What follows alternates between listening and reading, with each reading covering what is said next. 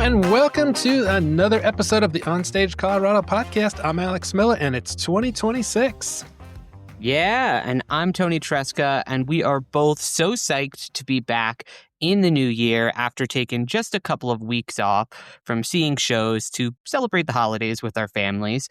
But we are back, and we have a very big episode for you to kick off the year. We are announcing our nominations for this year's OnStage Colorado Awards for Theatrical Excellence, aka the OSCAs. Yeah, so this will be the third iteration of the OSCAs, and we have a few changes to announce. So for one, we're going to be narrowing down the number of nominations in each category to no more than 15. Mm-hmm. Generally, it's going to be 10, but we had a couple we couldn't narrow down quite that much. And then in the winners, we're going to narrow it down to 3 winners, sort of like the Olympics. Yeah, but instead of doing gold, silver, and bronze, we're doing outstanding, excellence, and notable, all of which will be announced on our live stream, which we're going to host January 18th. That's the day before MLK Day, which hopefully most folks have off, so you're probably not doing anything that night anyway. Tune in. We're going to be doing this at 7 p.m. January 18th. Yeah, definitely looking forward to that. So we'll get to those nominations in just a moment here. And then later in our first episode of the new year, we're going to have an interview with basically the first big play out of the gate this year, which is Bad Books at Curious. So I did an interview with playwright Sharyn Rothstein, calling in from her home in Brooklyn. So this comedy opens at Curious this weekend. And so Sharyn is joined by Barnett, who heads up the National New Play Network, which is coordinating what's a rolling world premiere with Curious and several other theaters around the U.S. So it's a fun conversation. So stick around for that after the nominations. Yeah, I'm definitely looking forward to hearing from that playwright as well as Nan from the National New Play Network to hear about this development. I'm going to be going over to Curious Theater tomorrow, actually, to talk with director Nick Chase and then the cast members for a piece I'm doing for Denver Westward. So if you want to get the full experience, listen to this interview and then go over to Denver Westward, hear a little bit more from the team. Yeah, I'm really looking forward to that show. Yeah, me too. As noted, we weren't out at a ton of theater in the latter part of December because there wasn't a lot of stuff that we basically hadn't seen at that point. But we did see a few things. Alex, what did you see?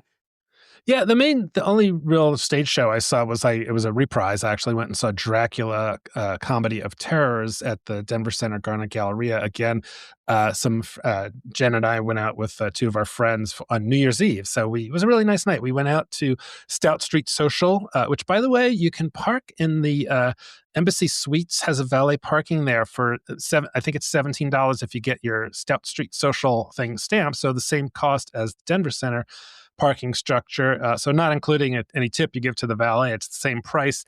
And you get to avoid the spiral of death on the way out. And plus, it's a 5-minute walk to the theater. So, and Street Social is a really nice place to have dinner. So we enjoyed that. And I liked Dracula Comedy of Terrors well enough to go see it again. And it's a lot of fun.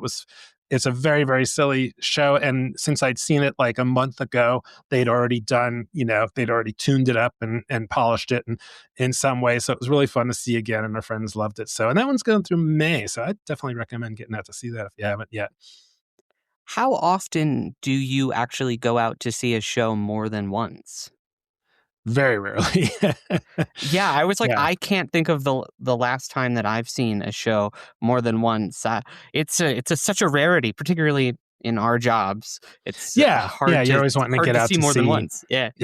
The fun thing was I didn't have homework afterwards. I didn't have to write a review since I'd already done it. So, I also went and saw Dracula, A Comedy of Terrors, not for homework. I just bought a ticket, not for any kind of job or anything. Just went in the early new year, and it was definitely a lot of fun.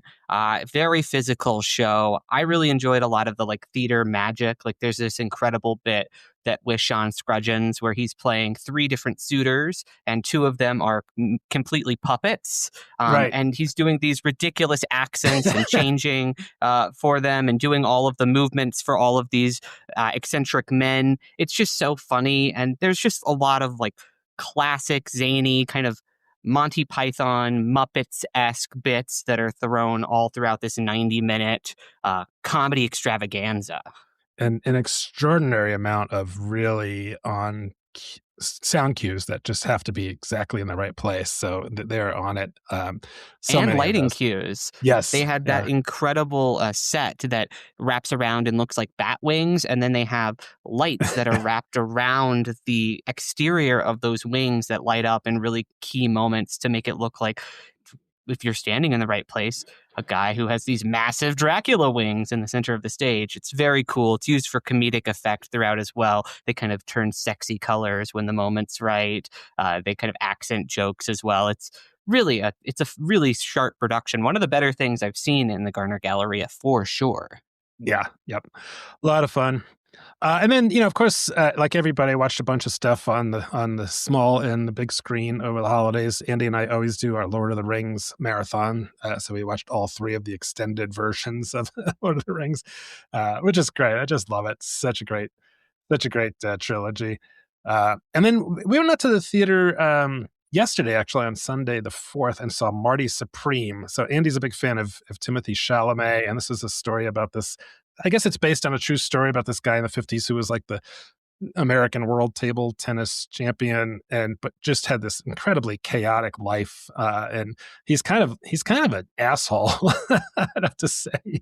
He's just kind of a shady character, who pretty much does whatever he needs to do. I didn't love the film. I thought it was really noisy and unnecessarily violent in a lot of places, but I guess I'd say it was entertaining. And Timothy Chalamet he's a pretty damn good actor, I have to say. Yeah, I also saw Marty Supreme in addition to like a million other movies over the holidays. It Yeah. wasn't one of my favorites of the ones I saw. I understand why people are shouting out Timothy. Like you said, he really is in like almost every single shot of the movie. So it Yep. really the whole thing rests on his shoulders. But I thought it was just it's like 2 hours and 30 minutes. It doesn't totally earn that runtime. No. The score wasn't my favorite, but I'm glad I'm glad people are going out to the cinema. We're not a box office podcast. We don't cover the movies here all that often, aside from like film festivals and whatnot. But it's been for those who are covering that, it's been an exciting time. Box office is really lit up over the holidays. Yeah. Yeah. And then you did a New Year's show as well at Dazzle, right? I did. It was called Swinging in the New Year. It was by the Colorado. Oh my gosh. It was by the Colorado Jazz Repertory Orchestra. It's Right. their show that they do at Dazzle on, I believe it's the last Sunday of every single month. Their kind of residency over there. I had not seen the Colorado Repertory Jazz Orchestra outside of their performance with Wonderbound, the contemporary ballet group Right. that they did during the holidays last year.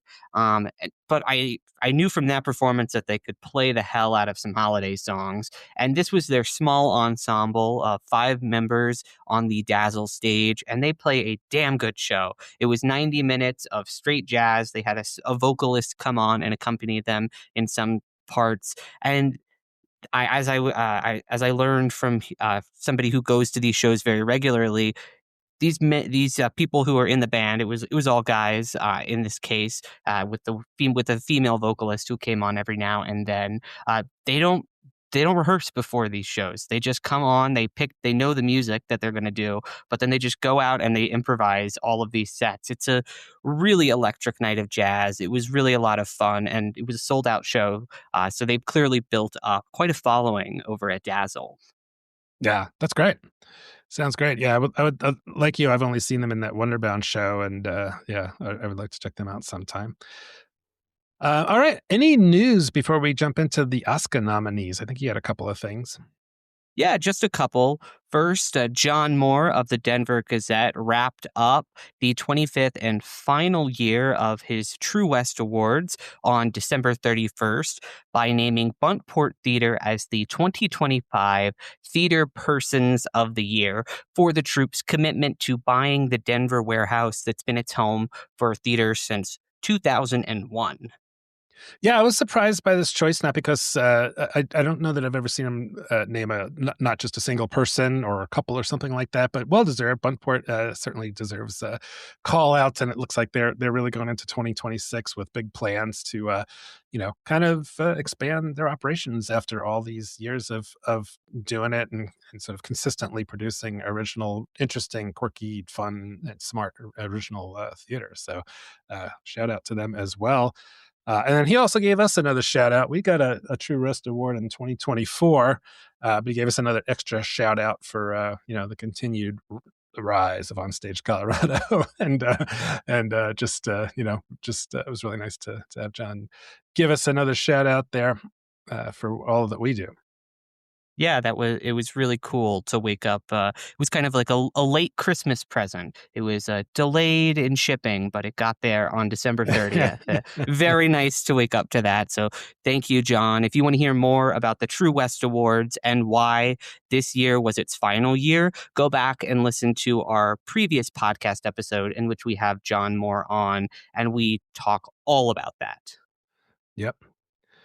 All right, now let's talk dirt. Yeah, I had two other stories I wanted to mention. These were published during the holiday season for Denver Westward, and I just wanted to dig into those. So first, the update on DIRT, which AKA is the Denver Immersive Repertory Theater. And as I shared on the podcast last time we spoke, the company is set to open in Lodo at 15th and Blake in downtown Denver in the spring of 2026 with Midnight's Dream. I've since met with the business people behind this. I've gotten a tour of the space, and I've got a lot more information. So the show is a mashup of Shakespeare's A Midsummer Night's Dream and Celtic folklore. It's going to open around April 10th, assuming that the current timeline holds, as an open-ended immersive experience that's going to fill the company's 10,000 square feet, two-level low-dose space. So the script is 381 pages. There's going to be 20 performers, including 16 principals and 4 circus variety acts. 11 environments around this multi-level space, and it's going to be for only people 18 years and older. So it's only adults. However, there is a kids version of this experience in development. Okay. Wow, that sounds really amazing. Yeah, when I was touring the space itself, it's still very much under construction, but the bones of it look promising. They've done a lot of the major renovations in order to make it walkable and ADA accessible for folks. If you need a wheelchair, there's a ramp that's built in there so that people are able to go between the two floors seamlessly. They are still in the process of decorating it all, but I think it's going to be a really cool thing. And they've spent quite a bit of money making this possible, because one of the things that I was able to confirm with the team was their budget. And it's costing them just under $1 million to create the, quote, warm gray shell that will be our home for a good long while, unquote, and then bring the space up to code. And then about $600,000 to produce Midnight's Dream, which includes rehearsal cost, actor salaries, as well as the physical production cost, which means it's roughly a $1.5 to $1.6 million project overall. Wow, big money for theater, any kind of theater.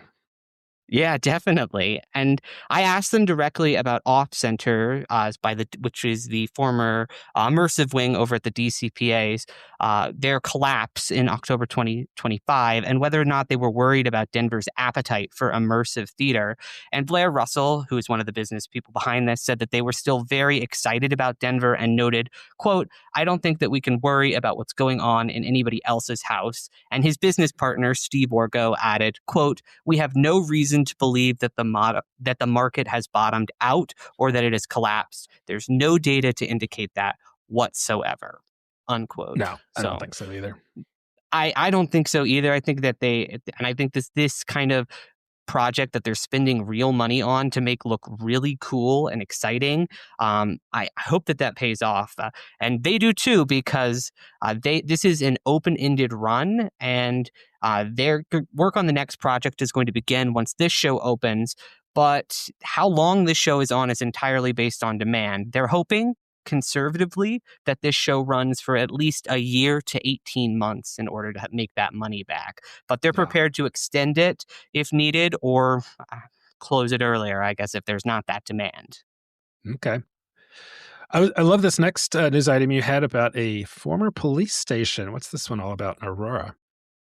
Yeah, so it's called 1400 Dallas Arts, and this is a new rehearsal home for performers over in just off of East Colfax. It was a former police station, then it was a visual arts gallery for a while, but now it's found new life as a city run creative hub in the Aurora Cultural Arts District.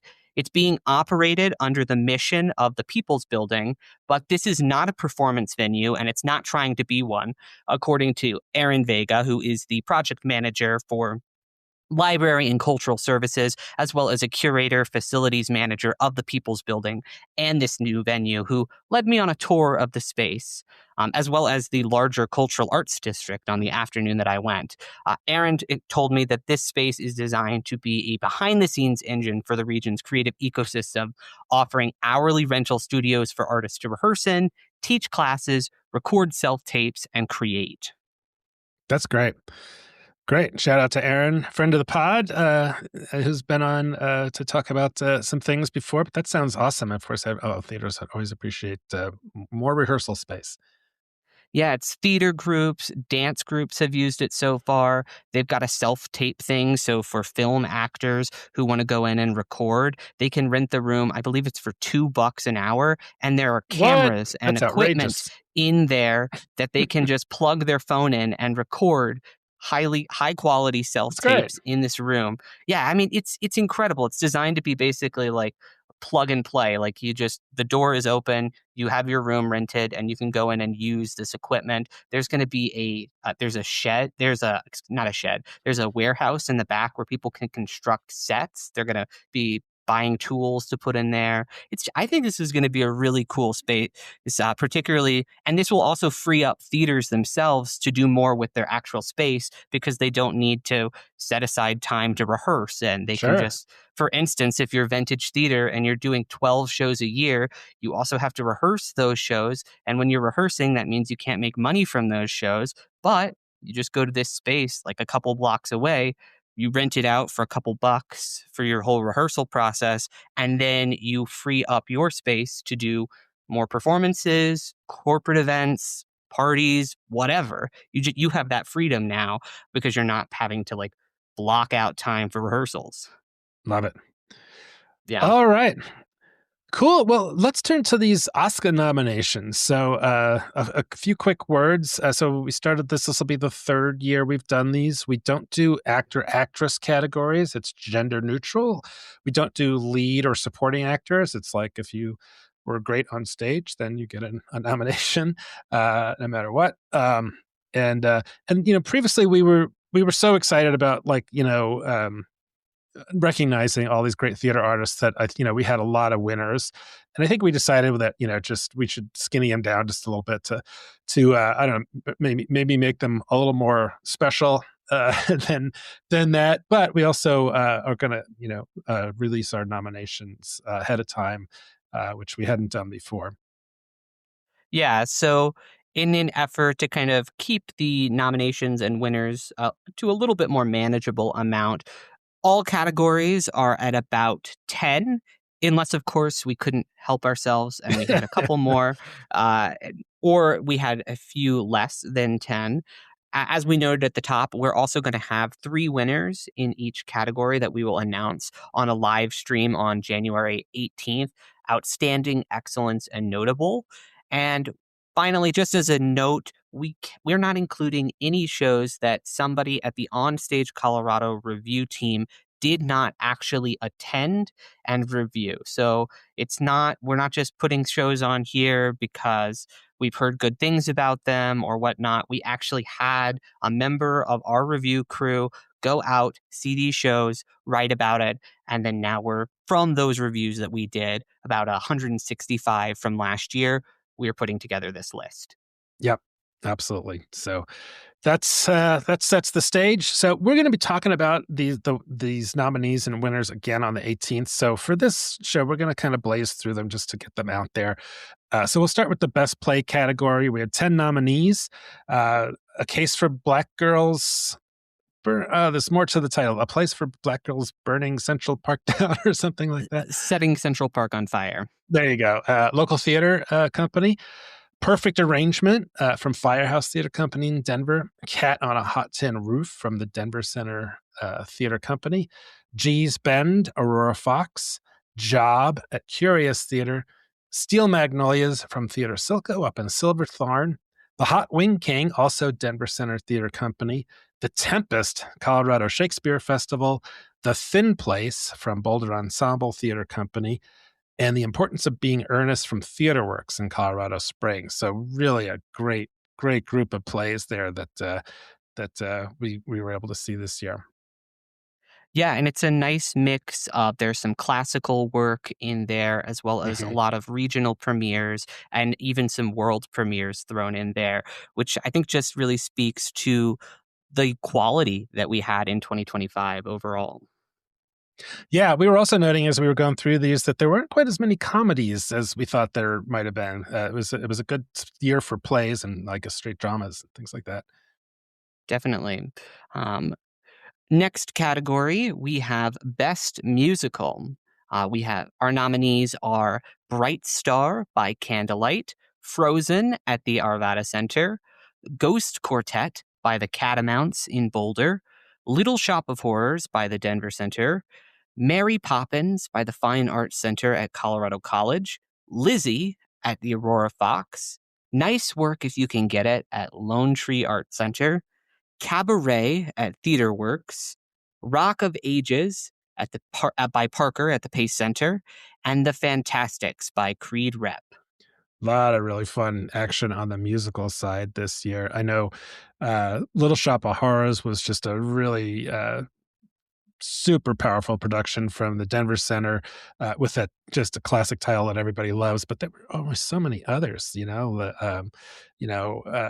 like you saw Mary Poppins at the Fine Arts Center in Colorado College and said it was just boffo production. Yeah, it's again, I think this is a really nice balance between those big spectacle-driven shows like Little Shop and Mary Poppins that you just mentioned, and then smaller, more intimate pieces like Ghost Quartet, which was this really interesting, immersive four-person musical staged at the Dairy Center by the Catamounts, and The Fantastics, which is a smaller show staged by Creed Rep in the mountains over the summertime. So again, it's just I think this is a really exciting category, and I'll be excited to share our winners a little bit later. Yeah.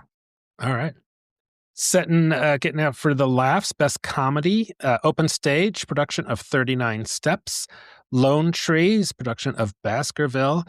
We were talking about Dracula, a comedy of terrors at Garner Galleria at the Denver Center, Eureka Day at Curious, Hope and Gravity at Betsy, National Bohemians, Miners Alley, which also an original, like a world premiere. Let Nothing You Dismay at Firehouse, another Topher Payne joint. He seems like he's a popular playwright in Colorado. We both went up to see Mr. Burns at Bob Blue up in Fort Collins and love that. No, wait a minute. That was me and Andy. Did you get to that? I didn't get to this one, but from you and everybody else, I've heard great things. Yeah, that was a lot of fun. Morning After Grace, Miners Alley, another senior citizens comedy that was a lot of fun, and then Stocking Stuffers also at Miners Alley, which was of course a holiday show, also an original Colorado show that you said was just fantastic. Yeah, Miners Alley is one of the few companies who really does produce a lot of just straight comedies. Right up there, Yeah. they're doing there are a lot of them are original shows, which is interesting too. But at Miners Alley, they love a laugh over there. Yeah. All right, what's next?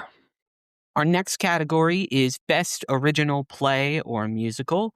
Our nominees are A Case for Black Girls by Local Theater, A Town Called Harris by the Catamounts, Chasing Breadcrumbs by Local Theater, The Legend of Anne Bonny by 2 Cent Lion and Shifted Lens, National Bohemians by Miners Alley, The Reservoir by the DCPA, Wild Oscillations by Hold Tight, that's a dance company, and then Stocking Stuffers by Miners Alley.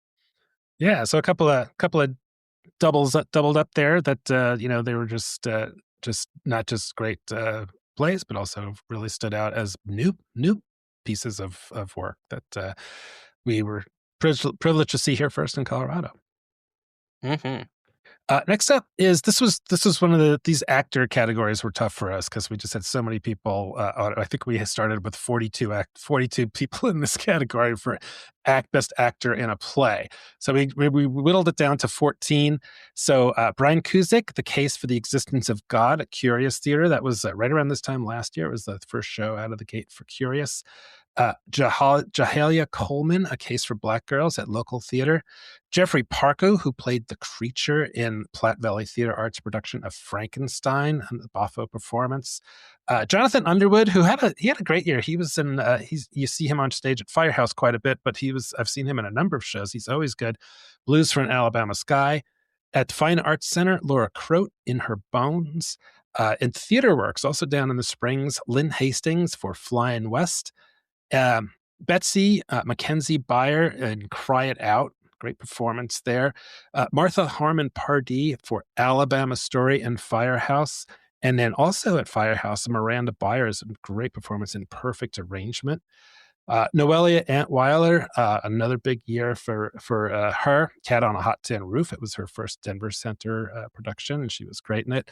T.J. Jackson, A Few Good Men at Upstart Crow in Boulder. So this is a newcomer to Colorado that you really called out in your review. Is like, wow, this guy's really got it. Thule Sandvold, who is the daughter of Martha Harmon Pardee and Eric Sandvold, two well-known actors. I didn't even realize we had a mother-daughter in this category until right now. That's awesome. That's great. I love it. So that was a Curious. And then Wendy Ishii, who is the founder of Blue up in Fort Collins, was great on stage in The Trip to Bountiful.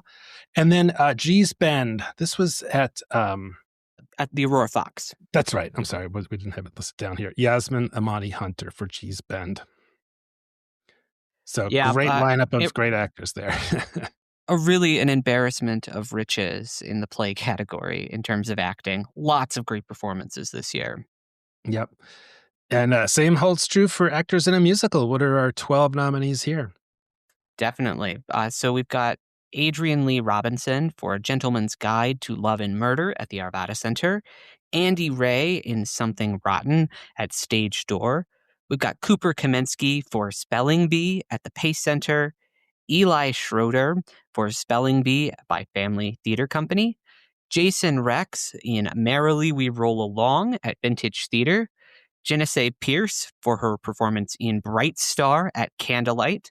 Jessica Sotwick in Guys and Dolls at Vintage Theater. Liza Pichelli in Mary Poppins at the Fine Arts Center at Colorado College. Megan Vandehee in The Sisters Act, also at the Fine Arts Center. Sabrina Patton in Ride the Cyclone at Vintage Theater. Sarah Holmes in Spelling Bee at the Pace Center. And Savannah Vidavati, I'm going to say. Savannah Vidavati in The Legend of Anne Bonny by 2 Cent Lion and Shifted Lens. My sincere apologies, Savannah. I'm sure she's used to it, but yeah, she was great in that title role. A lot of great performances there. Some of and by Spelling Bee, we mean, of course, the 25th annual Putnam County Spelling Bee. We just shortened it a little bit. Yeah. Two productions of Good that. Note. Cooper Kaminsky played like the most annoying character. I can't remember the character's name, but he plays that super annoying kid and just killed it. And he's always a lot of fun to watch. Yeah, Barfay, right? Yes, Barfay. That's who Eli Schroeder is. Cooper and Eli are both nominated for the same roles, but in different productions of Spelling Bee. It's a very funny show, great musical. It's easy to see, and lots of opportunities for great performances. Yep. All right, let's talk about actors in a comedy. Back to Betsy for Hope and Gravity, Becca Lynn Brose. I'm not sure. It's Broas. I don't know if it's Brose or Broas. Cameron Davis at Baskerville at Lone Tree. Colin Gregory for The Shark is Broken at Springs Ensemble Theater Company. That was the one about the making of Jaws. In Stoned Twelfth Night, Dion as Malvolio. Heather Osberg Johnson in the open stage production of The 39 Steps. Karen Slack and Eureka Day at Curious. Katie Rodriguez in The 39 Steps at Creed Repertory Theater. And of course, Marco Alberto Robinson and Dracula Comedy of Terrors at the Denver Center Garner Galleria. National Bohemians, Tim Fishbaugh at Miners Alley. And then at Firehouse Theater's production of Let Nothing You Dismay, Veronica Straight Lingo. And that was a tough one. God, there was just, that was a great ensemble for that one. But a lot of these just, just lots of laughs on stage this year for sure. Definitely. This is another category that we have two different people, Heather and Katie. They're both nominated for the same role in 39 Steps. They're both playing that clown role. Very funny, lots of quick changes, and our reviewers called that out and wanted to recognize their very comedic performances. Yep. All right, what's next? Next category is Best Director in a Play. So our nominees are Betty Hart for A Case for Black Girls by Local Theater, Candace Orino for Cry It Out by Betsy, Donnie Betts for G's Bend over at the Aurora Fox, Jessica Robley for The Thin Place at Betsy, Josh Hartwell for Job at Curious Theater Company, Kelly Van Osprey for Frankenstein by Platte Valley, Kevin Rich for The Tempest at the Colorado Shakespeare Festival, Missy Moore for Steel Magnolias at Theater Silco, Rebecca Martinez for In Her Bones at the Fine Arts Center, and Rich Cowden for The Curious Incident of a Dog in the Nighttime at the Aurora Fox.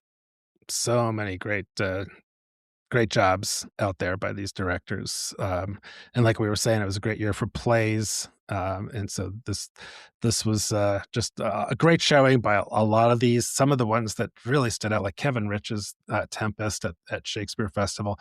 Missy Moore's Steel Magnolias was, just took that really well-recognized play that you kind of like, wow, do I need to see this again? And she assembled this amazing cast and just such a great job with it up there. That was well worth going up there to see that one.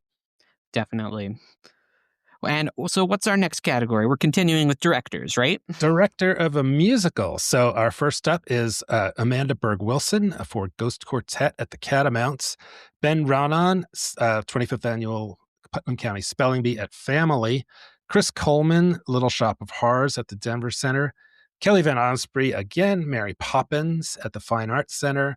Kenny Moten for Frozen at the Arvada Center. Of course, he's now the assistant artistic director there, or the associate artistic director there. So he's he is the Arvada guy now. Steve Wilson for Bright Star up at Candlelight. Tanner Kelly for Something Rotten at Stage Door. And Tanner has also done work as a musical director for some other theaters as well. He is a busy, busy guy, but I think Stage Door is kind of his home turf, and he loves that little theater up there.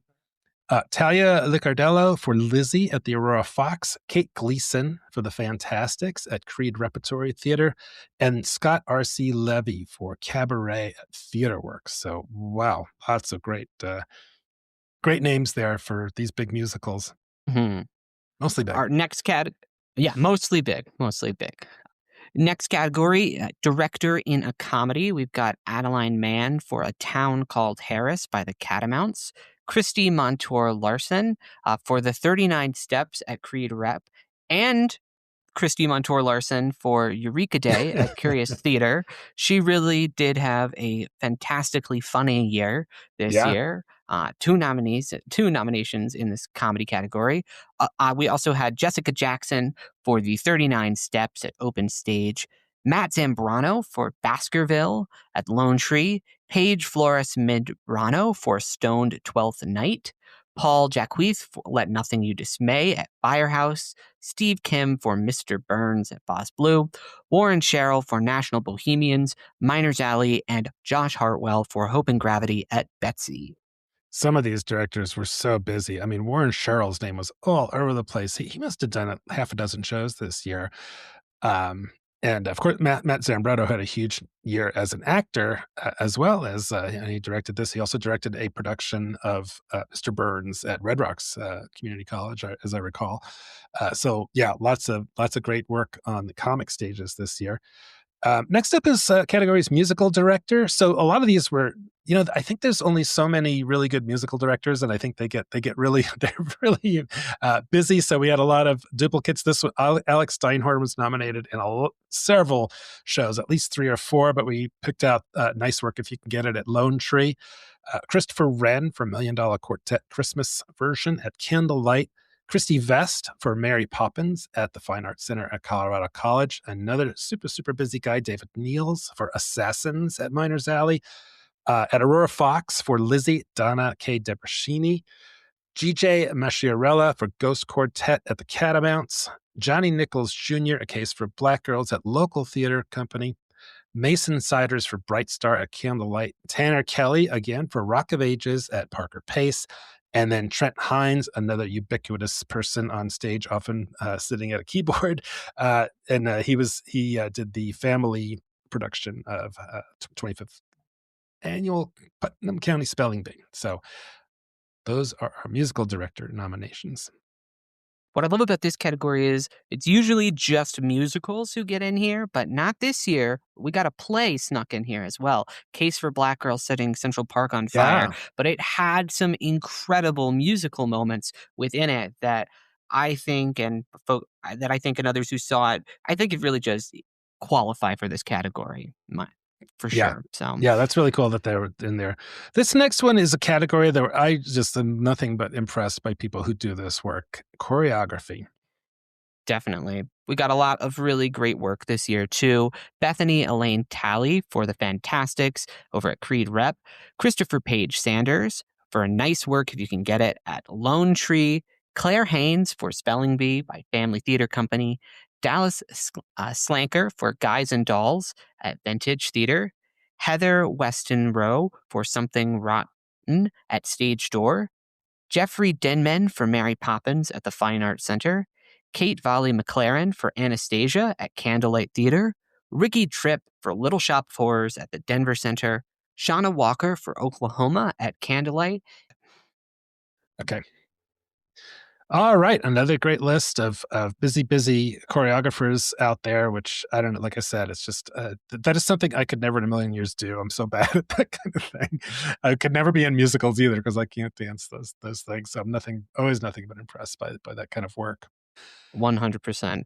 Another Yeah. impressive category is scenic design, particularly when done right, like our nominees. We have a lot of really great scenic designers in Colorado, I have to say. And some of them are very busy, like Brian Mulgrave, who's often his work is often seen at the Arvada Center, but others as well. But so he was nominated in several places, but also lots of others. So Alan Muraka for Little Shop of Horrors at Denver Center. God, that was a great set, and it was really a great practical set that was able to. It was a big set, but it was able to move and do some interesting things as well. Brandon Philip Case for Curious Incident of the Dog in the Nighttime at Aurora Fox. Brian Mulgrave, of course, for Frozen at Arvada, which was like, okay, you've got to create a snowscape. So there was a lot of projections that were part of that, but also practical set design. Brian Watson for Lizzie at Aurora Fox. This next one is a little bit of an outlier. Garrett Ammon, who designed the sets for Holiday Hotel at Wonderbound, which is a dance theater, but we were really impressed by there are always these moving set pieces that the dancers move themselves, but this was a step up because they were lit. And what else is it about them that stood out to you, Tony? Lit, and every single one was multi-use and Yeah. used in really interesting different ways. Like, you would look at something that started as a bench, but then it would be turned around and it was another room, and then that room was able to be folded down and become a bedroom because they had this spring bed that would come down, Yeah. springboard bed that would come down and whatnot and occupy the space and then could easily go away. So, and all of these things are rotating, lit up with these really intricate neon lights. It's and all moved around by the dancers themselves organically as part of the storytelling. Yep. And so, Garrett, of course, is the lead choreographer there and the person who creates the shows, but also a gifted scenic designer as well. Clara Ziglarova, A Case for Black Girls at Local Theater. Marcus Henry for Eureka Day at Curious. Matthew S. Crane for Mary Poppins at the Fine Arts Center at Colorado College. Reed Thompson for The Suffragettes Murder at the Denver Center. And Xander Claypool for National Bohemians at Miners Alley. And that's a set that we'll talk again when we get into the lighting and sound categories, because that all came together really nicely for that show. Well, definitely. Speaking of lighting design, our nominees for Best Lighting Design include Brett Mahan for Frankenstein at Platte Valley, Emily Maddox for A Case for Black Girls by Local Theater, Aaron Thibodeau for The Thin Place by Betsy, Jen Orv for Curious Incident by the Aurora Fox, John Dunkel for Frozen at the Arvada Center, Josh Hemino for Silent Sky at TheaterWorks, Kate Gruhagen for The Tempest at Colorado Shakespeare Festival, Keith A. Truax for Mary Poppins at the Fine Arts Center, Matthew Schlief for The 39 Steps at OpenStage, and Vance McKenzie for National Bohemians, Miners Alley. And God, I'm realizing I mostly just write these people's names down in reviews, and I don't ever actually have to say them out loud. So my sincere apologies for my butchering of your last names. Some of them are definitely challenging to figure out how to pronounce properly. So next up in sound design, Alex Billman, A Case for Black Girls. Boy, they were getting a lot of nods for that show. Brendan Ains for Happiest Man on Earth at the Denver Center. Kurt Beam for Rock of Ages at Parker Pace, Elizabeth Widener for Little Shop of Horrors at the Denver Center, Aaron Kubat for Frankenstein at Platte Valley, John Hauser for National Bohemians at Miners Alley. And we talked about that when we spoke about this one on the podcast, because they did this, half the show has a hurricane going on. And so the sound is really important. But, of course, you don't want the wind overshadowing what the actors are saying as well. So it's definitely some really nice sound mixing in there for that particular one. Max Silverman, who's, my gosh, he is everywhere, was everywhere this year, but we nominated him for 2, Job at Curious and The Tempest at Colorado Shakespeare Festival. Rich Cowden, who did the sound for the show that he directed, The Curious Incident at Aurora Fox. And then Victor Villalobos for The 39 Steps at Open Stage. Phew. Lots of great sound work. Yeah, I'm noticing now, mostly for plays, we decided to nominate rather than musicals. That is interesting. Interesting how it shook out. Yeah. In costume design, our nominees include Charlotte Campbell for $1 Million Quartet Christmas up at Candlelight, Deb Faber for Bright Star, also at Candlelight, Emily Valley for Frozen at the Arvada Center, Kevin Kupenhaver for Gentleman's Guide to Love and Murder, also at the Arvada Center, Lex Liang and Sarah Bourget for Mary Poppins at the Fine Arts Center, Madison Booth for Nice Work If You Can Get It at Lone Tree, Nicole Watts for Flying West at TheaterWorks, Nikki Harrison for Rock of Ages at Parker Pace, Sarah Zen for The Tempest at Colorado Shakespeare Festival, and Terry Gerard for Mr. Burns at Boz Blue. Such a great lineup of stuff. And, some of the ones that are really interesting are the ones that of course, Frozen or something like that, that you're going to have to bring out the big guns to create those kinds of costumes. But for something like Mr. Burns, those kinds of costumes were very different. There was also a lot of masks involved in that one that I think that Terry was in charge of that made that show really sing. Next up is immersive. So we only had 5 nominees for this year. A Town Called Harris from the Catamounts, Camp Christmas, the revamped version at Stanley Marketplace. So this was Lonnie Hansen Studios and DCPA Off Center. And we went out there with my family, with our 3 of our grandkids, and had a great time. It really was nice the way they revamped that at the Stanley there. Inheritance Kitchen at the Japanese Arts Network, Meow Wolf Phenomenally, which also took my grandkids too, just by coincidence, which was a really interesting thing that they did there. That was involved some weird alien ritual, and then Wild Oscillation from Hold Tight Company. Yeah, we were hoping to have 10 nominees in this category, but there really was not a ton of immersive work this year that we thought really was deserving of a nominee. It was like kind of a bit of a weaker year for immersive. Hoping that 2026 will come back, rage it with a vengeance, and be Yeah, really. We'll see some really exciting, interesting, original immersive works happening in the Denver and Colorado area. great. Our next category is intimacy and fight direction. So we've got 5 nominees in this category. We've got Chris Durham as fight choreographer and Clove Love as intimacy director for The Legend of Anne Bonny by Two Cent Lion and Shifted Lens. Jada Suzanne Dixon as the intimacy director for Eureka Day at Curious Theater Company. Samantha Eagle as the fight director / intimacy coordinator for Little Shop of Horrors at the Denver Center. Marla A. Schultz as the dance / movement / intimacy choreographer, and Sean Scruggens as the fight captain for The Tempest at the Colorado Shakespeare Festival, and Carrie Colton as the intimacy director for Anastasia at Candlelight. Isn't it funny the way intimacy and fight choreography are often the same person? It's like that all's fair in love and war on stage. That's a good way to put it, Alex. This next category is a great one. I love to see a great ensemble where everything's just kind of clicking on all cylinders. So we have 10 nominees in this category. A Case for Black Girls Setting Central Park on Fire from Local Theater Company. Assassins at Miners Alley. Cat on a Hot Tin Roof at the DCPA Theater Company. Curious Incident of the Dog in the Nighttime from Aurora Fox. Dracula Comedy of Terrors at the Garner Galleria from the Denver Center. Hope and Gravity from Betsy, Let Nothing You Dismay from Firehouse, Mary Poppins at the Colorado Springs Fine Arts Center, Bob Blues, Mr. Burns, and Theater Silco's Steel Magnolias are all great ensemble performances that we really enjoyed this year. Yeah, definitely. And a nice mix here, plays and some musicals thrown in, lots of different examples of what an ensemble can look like. Yep. So our last category is we call it above and beyond, which is kind of like things that don't fit neatly into other categories. And since these are all going to be winners anyway, we're not going to read them here other than just mention a couple of the random categories that we picked. So best disco number in a hot boxed coffee shop. I One of bet you those. can, if you really think about it, I bet you can figure out who won that category. Yep.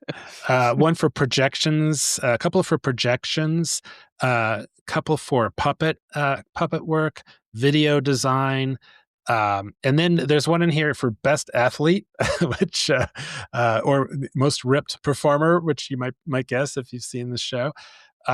And a couple of others in here that just kind of fell outside the boundaries of those other ones. So those are our nominations for this year's Oscars. Yeah. So be sure to tune into our live stream on January 18th to hear us announce the winners. You can also check out our site for more information, and it'll definitely be on our newsletter. So be sure that you are subscribed to our Theater Blast that comes out every single Thursday so that you are in the loop on everything Oscars. Yeah. But don't go anywhere. We're gonna take a quick break, and then we will be back with Alex's interview with the team behind Bad Books at Curious Theater. All right. Well, we are here with Nan Barnett and Sharyn Rothstein. Thanks so much for being on the OnStage Colorado podcast to talk about Bad Books. Thank you for having us. Glad to be here. Yeah. So, Sharyn, you are the playwright, and Nan, you are the director of the National New Play Network, which is behind this. And so this show is going to be up at Curious Theater. It's a joint production between Curious and Local Theater in Boulder, directed by Nick Chase, who's one of the co-artistic directors at Local Theater Company. So there's the background. It'll be January 10th through February 1st. So let's talk about Bad Books. So Sharyn, this is obviously this is a story about book banning, which is something near and dear to any writer's heart, but really should be near and dear to anybody's heart because of just the weight of those decisions that people want to make. But and you chose to kind of tackle it through the lens of comedy and with a sort of a librarian as I think the protagonist. Is that right?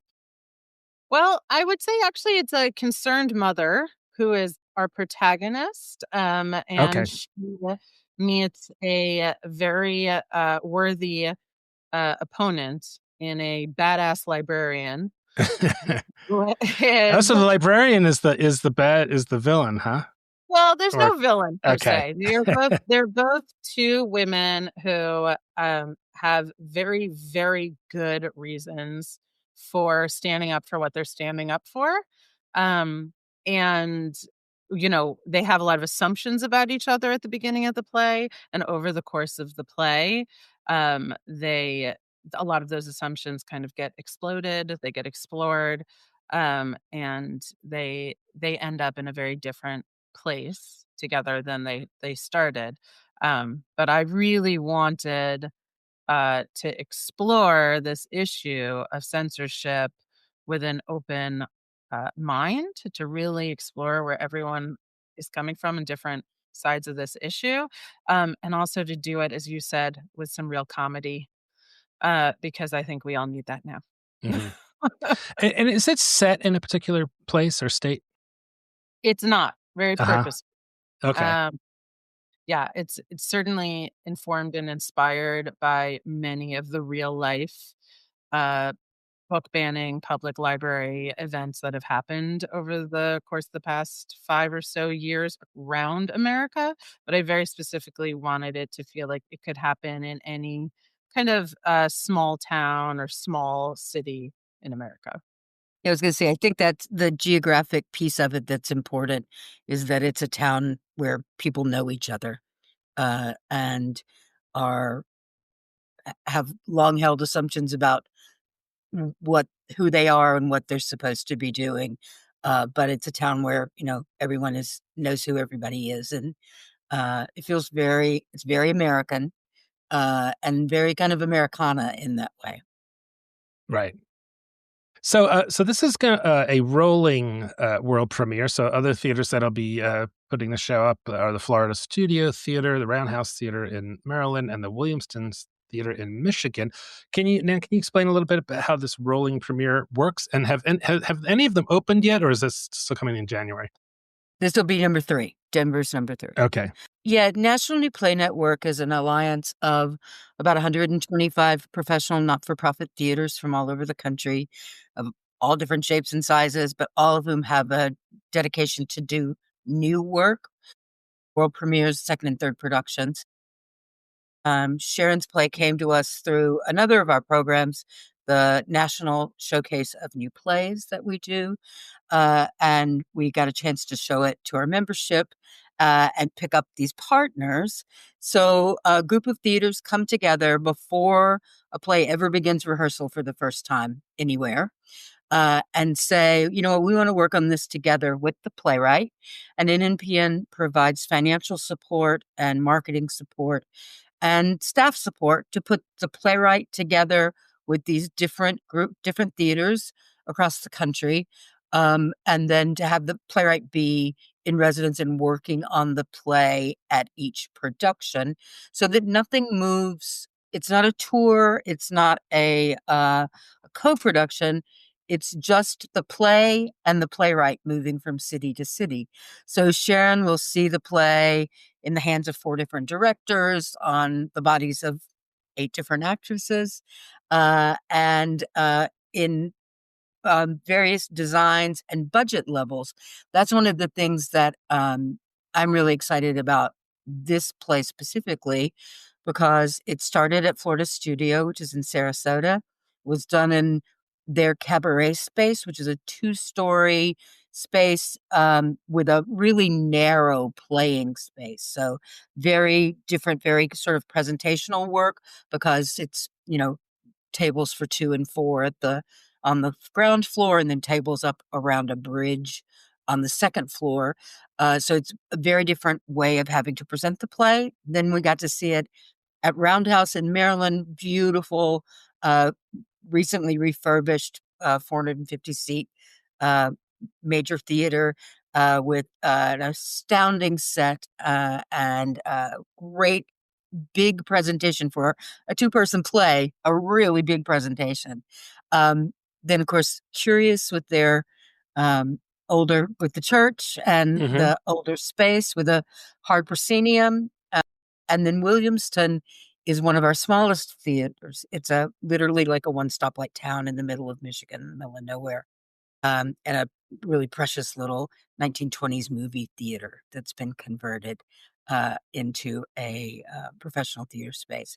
So Sharyn's going to get to see it with a bunch of different people in a bunch of different ways, and learn not only from the directors and the audience and the actors and the designers, but also from the audiences, because the audiences in Sarasota, Florida are very different than the audiences in Bethesda, Maryland, than from Denver, and certainly from Williamston, Sure. Michigan. So So this is Sharyn, our like 130 of these plays. Plays have been through this program with 3 to 5 theaters producing them within an 18-month time period. okay. And Sharyn, have you seen any of these early productions? And is this anything that's causing you to evolve the script or tweak it for the subsequent theaters that are opening it? I feel so fortunate because I've been working as a playwright for quite a while, and it really was always my dream. It was my secret dream to have a National New Play Network rolling world premiere because I think it is such an incredible program, and we now more than ever need these audacious, incredible regional theaters that are willing to do challenging work, that are willing to do new work. And so to be involved in a program that helps support those theaters and helps support playwrights like me to like bring our work, um, have it more broadly seen by different communities in America is incredible. And I have learned so much from every performance and from the feedback I've gotten from audiences, which knock on wood, because I'm very superstitious, but so far has been very positive. um, but I've certainly learned a lot, and it's I think at every stop along the way, and certainly I was just in Denver last week, working with these incredible actresses, Jada and Lauren. Um, at every stop, I'm just trying to deepen the play a little bit more, and then also find even more of the comedy. And nothing teaches you what's working in comedy like having an audience. So the Yep. gift of having multiple audiences in multiple locations has really helped me just kind of fine tune every bit, every joke. But then also this incredible opportunity, as Nan was saying, to have different actors in every role. Um, has really helped me to see, okay, where can I push further into this character? Where am I actually saying too much? And these actors would be just as evocative without all of the language. So that has been an incredible opportunity. And then of course, this is a very socially relevant play. It's not political in the terms of like it's not about Republicans and Democrats or anything like that, but it is kind of small p political about the politics of living in our country right now. And as we all know, that's constantly evolving. So I'm always looking for with every production, is everything I'm saying in this play still relevant? Can it be made more relevant? And so that's been a great gift too, to be able to continue fine tuning that as the play proceeds. All right. So yeah, Jadis is in, Dixon plays the mother, Lauren Dennis is theater production. So you could have gone a lot of ways with this. You could have had like a school board thing or, and you distilled it down to these two women. What drove that decision to tell it from that just really hyper personal point of view with these two personalities? Yeah, well, and I will say there's actually more than two women. There's more than two characters in the play. The actor who plays the librarian, then in the second and third part, ends up playing a manager and an editor, and then goes back to playing a librarian. So Okay. um, and the goal behind that, and having one actor play those multiple roles was to really keep it as theatrical as possible. And I also, oh God, I was so hungry for like really meaty, delicious roles for two women. Really, this is a play that can be performed by women of almost any age, of any race. Like, and I was really I've just known so, and I'm sure Nan does too. I've known so many incredible actresses who don't get the roles that they should because there aren't that many roles out there for them. So I was really driven by that when I started writing the play. And then to your question, a lot about this play is about motherhood and the issues of parental control, which I am a parent and I constantly feel out of control. And so when the whole parental control movement really started gaining ground around COVID, I kept thinking like, wow, who are these parents who want control? And also I'm a little jealous of them. Like I would love to feel like I could be in control. And so it just sparked a lot of questions for me. And that's where most of my plays come from, is the questions. And I just don't I believe that every character you create for the stage has to be a full person, and they have to have a complete sense of humanity.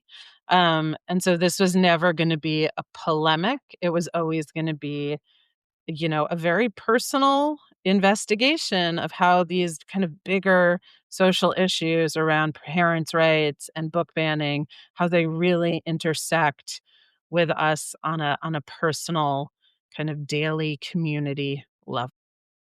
It's also something too, Sharon, I think about the the way that the characters get revealed, especially the mother character. You think you know who she is, and then you find out a little more, and then you find out a little more. And if theater is an empathy driver, I think a lot of times people tend to think that theater folks tend to want to drive empathy in a certain direction. But this is not that at all. It's so beautifully balanced and makes you really think about, this is a woman that's had some stuff happen to her, and that she's making this decision and trying to grab hold of her life again, not because she's a bad person or because she has a political bent that takes her down this road.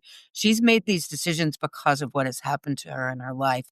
And that is a great reminder to us all, I think, that we see one level of a person, especially when it's a person who you might in some way other. You might say, that's not a person I want to deal with because they think that.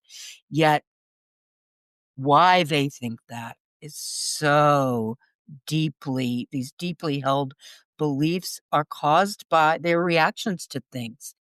And Sharon does a really great job of reeling in the audience into the story of not just the events of right now, but the events of the past that have gotten them to the right now. It makes for, like you say, it's a very funny play. It's very funny, but there's some real meat in there, and you it becomes easier to understand why certain people do certain things when you start to see what that backstory is. And I love that about this play. Right. Yeah. The thing about the banned book thing is it's an old story, and I want to ask you, Sharon, some of the reasons these things come about, and the either sides might sound similar to they might have 50, 100 years ago. What's different now in the digital age? Is it like, I don't know, sometimes it seems like so almost quaint to say, oh, I'm going to ban this book, like the kid couldn't find it anywhere else. So how do you see that in the through the prism of 2025? Yeah, and we address it. I mean, one of the librarian character literally says to the mother in the beginning of the play, like, "Doesn't your kid have a cell phone, an iPad? Hmm. Can't they look up the book online?"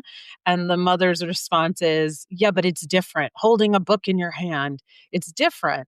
Um, and in rehearsal just a few days ago, we were talking through that moment and um, talking through how that is both true and not true. And how there is got to be a reason, and it's one of the questions that drove me in writing the play, that even with all this access to technology, there has still been such an uproar around our public libraries and our school libraries. Um, and, there's part of me that thinks, well, that's because we think we can control what's in those libraries. And, as parents, we so desperately want not just to control our kids, we want to protect them. I mean, there's a lot of protection going on. Um, and then maybe it's also that we parents today are just of a generation that didn't grow up with such easy access to the technology, and we're like desperately clinging onto the thing we can understand. Huh? I go back and forth all the time as to which is it, and of course, it's probably a combination of it all. I think at a time when, and this is certainly true for my kids, I have a 12 and a 14-year-old, at a time when they are inundated by so much content, and it's such a tidal wave that there's just no way any parent can really control what their kid is seeing or reading. I can understand that desperate desire to try to protect them, even if we end up doing that in what ultimately seems to be kind of an antiquated way. Yeah. Yeah, I think also having it on the shelf in the school library is also a sort of, I don't know, state sanction, approval or something like that, that makes it perhaps more dangerous seeming, to people. But yeah, it's fascinating. And, it is, it's a legitimate concern. It's like, should this child at this age be able to read this? I mean, but a lot of times the person who's calling for that ban, especially if you're reading it through the lens of like a progressive audience, maybe comes across as the villain. So how did you make the librarian a little bit more sympathetic by drawing out like her real reasons, and with the mother? Yeah. Well, I will say the mother comes in with what seems like a pretty straightforward request to have a book taken off the shelves. And but she is coming face to face with a librarian who, like librarians all across this country, has, they have been put through it. And I've now spoken to one of the most beautiful things about having this play produced across the country is I've had so many librarians reach out to me and Huh? they told me how the play resonated with them. Some of them have thanked me for the play. It's just been incredibly humbling, and flattering. And so the librarian in this play, she is already on guard. She has already seen, attacks, and book banning requests throughout the country. And she's kind of like, she's walking on eggshells already. And so then when the mother comes in, they're both kind of ready to go. And the mother's got a lot she's dealing with, as Nan was saying, and I don't want to reveal it all here, but there's a lot of very real, deep, complicated family stuff going on for her. Um, she's not like some kind of shrieking political figurehead. She's a real mom who has real concerns. And so these two women who both, are standing on firm ground when it comes to their ideals and the things they're fighting for, neither of them is going to back down, which, I think is what makes such compelling drama. Um, and they're both, I think if they both weren't so, like, ready for the conflict, they might be able to see that actually they have more in common than they think they do. Yeah. Um, and that's part of the journey of the play. Uh-huh. Great. Nan, I wanted to ask a little bit about the National New Play Network. So you've done. I was looking at your bio and just the staggering amount of plays that this organization has been involved in getting out there. And I was wondering if you could just talk about you know how bad books maybe fits into like the aesthetic of an NPN, and like what are the biggest challenges facing new play development in American theater right now when they're looking at empty seats and they're maybe afraid to confront or to present new work. Hmm. One of the things that an NPN was founded to combat was this idea that new work is scary, or we kind of did it to ourselves because we like to talk about new work being risky, and I'm like, stop saying that. That's not a positive word in all corners. National New Play Network is this alliance of theaters that collaborate in innovative ways to develop and produce and what we say extend the life of new plays, so that it's not a one and done. You don't just get the world premiere and then the play is never seen again, right? That we do have these programs like the Rolling World Premiere program that's designed specifically both to allow a writer to continue to work on the play, but also for there to be a build around the play, that we're putting out the marketing, it's getting done, it gets announced that it's going to be a role, so it starts to get a little buzz around it in a way that just a world premiere, a single shot at it, doesn't happen. So the ideas that every play was a new play once. Every play is a new play the first time someone sees it. I don't care if it's, Oedipus. The first time someone sees that, it's a new play for them, right? So we have to just sort of embrace the idea that it's always new, it's always changing. And we want to make sure that the voices that are being captured through a script and through a play right now look like our country, so that we are hearing from people whose stories might have been set aside before, people who have been underrepresented, both as performers and as writers. And we also want to make sure that people all over the country get to see theater. You don't have to go to New York to see something new and exciting. You don't have to be in LA to be able to see a play that is going to challenge you. We want the entire country to have the opportunity to get to see the current thoughts of a playwright. And it doesn't matter whether it's set in the 800s or whether it's set in the 8000s or it's right now.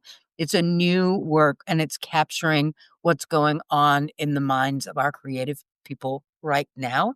You see that very much in Bad Books because it is so topical, but also really, it's the essence, as you were saying, of motherhood, of honesty, of personal honesty, of pain. We see a lot of pain in the play, but also an amazing sense of humor and resilience, and the way that humans go on, and they keep going on.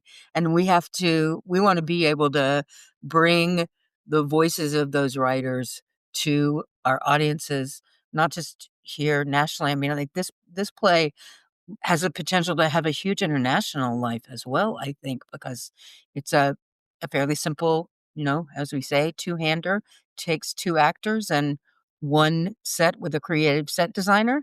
And it is a universal truth that mothers, as you were saying, they want to control the environment their children are in. They want to do what they believe is best for their child, and that doesn't stop at any border. So I hope to see it all over the world. Thanks, Nan. Nan, I love the idea of ancient Greeks in their togas sitting down to see Oedipus for the first time, saying like, Right? have you anything about this guy? How's this going to be? Yeah. Work. That's great. I always talk about how, in even like in storytelling in cavemen times, you knew how the hunt had ended because you're sitting around the fire gnawing on the bison leg, right? They were successful. But what you wanted was the story of how it happened. So true. So true. Right? So it's the same thing, I always say to people, I don't want to spoiler alert, but both Romeo and Juliet die, but people still go see it. They know that, right? You go hear you want to see the way it's told. You want to know the perspective of the writer, of the artistic director who chose the play. Like for Jada, this is a role that she chose to do herself, which I love. Jada's also on the board of National New Play Network, so I get She gets to wear her board member hat, her actor hat, and her artistic director hat, and her NNPNer hat, all in the same show for this one. So it's just a delight to be able to help support that idea of story is story, and it's all about humans, and that's what we want to remind people that they are. All right. Well, Nan Barnett is the executive director of the National New Play Network. Playwright Sharyn Rothstein's new play Bad Books is going to be opening at Curious Theater in Denver. It'll be running January 10th through February 1st. And thanks so much for coming on the OnStage Colorado podcast to talk about this new play. It's exciting to hear about, and I look forward to seeing it and break legs. Thanks. We'll see you in Denver. We'll see you at Curious Theater. Thanks, Alex. All right. Well, that was a great conversation and just made me even more interested in seeing what Curious has got going on with Bad Books. Yeah. It's such a great topic. Book burning, just like, man, it's one of those hot button issues that gets people going. And as Sharyn was saying, it's like comedy just seems like a great way to approach it. Definitely.